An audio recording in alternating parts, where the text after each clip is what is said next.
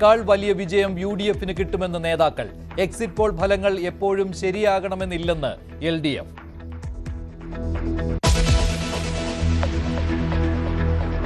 കൂടുതൽ സീറ്റുകൾ പ്രതീക്ഷിക്കുന്നുവെന്ന് സാദിഖ് അലി ശിഹാബ് തങ്ങൾ. മുഖ്യമന്ത്രിയാകാൻ യോഗ്യൻ പിണറായി വിജയൻ എന്നാണ് എക്സിറ്റ് പോളുകൾ സൂചിപ്പിക്കുന്നതെന്ന് MV ഗോവിന്ദൻ. പാർട്ടി തോറ്റിട്ട് പിണറായിക്ക് മുൻതൂക്കമുണ്ടായിട്ട് കാര്യമില്ലല്ലോ എന്ന് മുരളീധരന്റെ പരിഹാസം. കോൺഗ്രസിലെ മുഖ്യമന്ത്രി തർക്കത്തിൽ VD സതീശനെ അനുകൂലിച്ച് ലീഗ്. എക്സിറ്റ് പോളുകളിലെ ജനാഭിപ്രായം സതീശന് കിട്ടിയ പിന്തുണയെന്നാണ് മനസ്സിലാക്കേണ്ടതെന്ന് സാദിഖ് അലി തങ്ങൾ. അത് എക്സിറ്റ് പോളിൽ തന്നെയാണ് വന്നിട്ടുള്ളത്. ആളുകൾ ആ രീതിയിൽ വിധേയതൊന്നും ആളുകളുടെ അഭിപ്രായം അതാണ് എന്നാണ് എനിക്ക് തോന്നുന്നത്. ലീഗ് ഉപമുഖ്യമന്ത്രി സ്ഥാനം ആവശ്യപ്പെടാൻ ആഗ്രഹിക്കുന്നില്ലെന്നും വിശദീകരണം. ഇന്നും VD സതീശനെതിരെ പോസ്റ്റർ.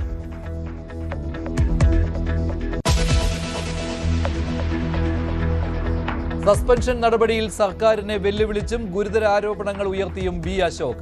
ഏപ്രിൽ 9-ന് ജനങ്ങൾ പുറത്താക്കിയ സർക്കാരാണ് സസ്പെൻഡ് ചെയ്തതെന്ന് അശോക്. പുതിയ സർക്കാർ ആദ്യ ദിനം തന്നെ ഇത് റദ്ദ് ചെയ്യും. KM എബ്രഹാം മന്ത്രിസഭയിലെ രണ്ടാമനെന്നും വിമർശനം.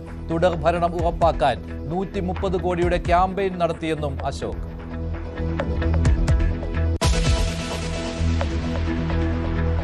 വീണ്ടും പാമ്പ് കടിയേറ്റ് മരണം. കാസർഗോഡ് മരിച്ചത് ചികിത്സയിലായിരുന്ന 4.5 വയസ്സുകാരി ഋതുചന്ദ്ര. പാമ്പ് കടിയേറ്റത് വീടിന് സമീപം കളിക്കുന്നതിനിടെ.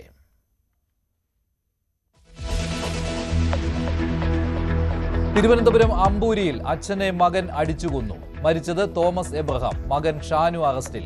അതിക്രമം മദ്യലഹരിയിലെന്ന് പോലീസ്. അമ്മാവനെയും കുത്തിപ്പരുക്കേൽപ്പിച്ചു.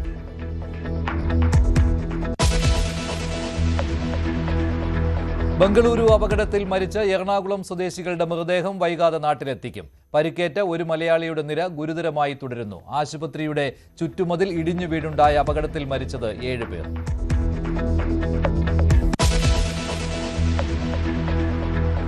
ഷിയാസ് കരീമിനെതിരെ കൂടുതൽ തെളിവുകൾ പുറത്തുവിട്ട് പരാതിക്കാരി. ലക്ഷങ്ങൾ കൈപ്പറ്റിയത് ഗൂഗിൾ പേ വഴിയും അക്കൗണ്ട് ട്രാൻസ്ഫർ വഴിയും.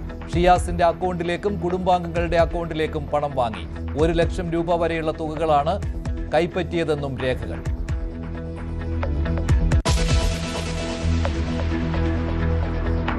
ഹോർമുസ് കടലിടുക്കിലെ ഉപരോധത്തിൽ വലഞ്ഞ് ലോകം. ക്രൂഡ് ഓയിൽ വില $120 4 വർഷത്തിനിടയിലെ ഏറ്റവും ഉയർന്ന നിരക്ക്. ഉപരോധം തുടർന്നാൽ വില $140 ഇറാന്റെ മുന്നറിയിപ്പ്. ഇറാനോട് താനിനി മര്യാദക്കാരനായി നിൽക്കില്ലെന്ന് ട്രൂത്ത് സോഷ്യലിൽ ട്രംപ്.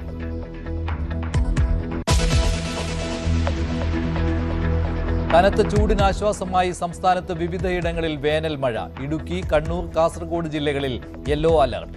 മെയ് 2 വരെ ഒറ്റപ്പെട്ട ഇടങ്ങളിൽ ശക്തമായ വേനൽ മഴ കിട്ടുമെന്ന് കാലാവസ്ഥാ പ്രവചനം.